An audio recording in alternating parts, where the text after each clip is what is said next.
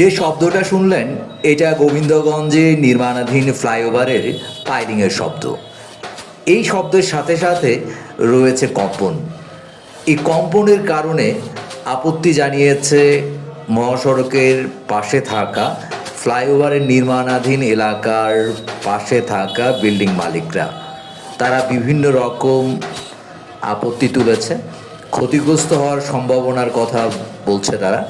এদিকে জানা গেছে এরকম পাইলিংয়ে 250 টন পর্যন্ত চাপ প্রয়োগ করা হচ্ছে।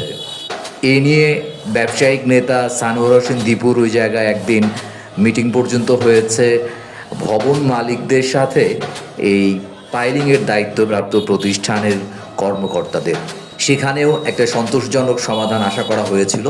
তারা বলেছে যেখানে ভবন দুর্বল সেখানে তারা 150 টনের মতন চাপ প্রয়োগ করবে, কিন্তু ভবন মালিকরা বিকল্প পদ্ধতিতে পাইলিং করার আহ্বান জানিয়েছে।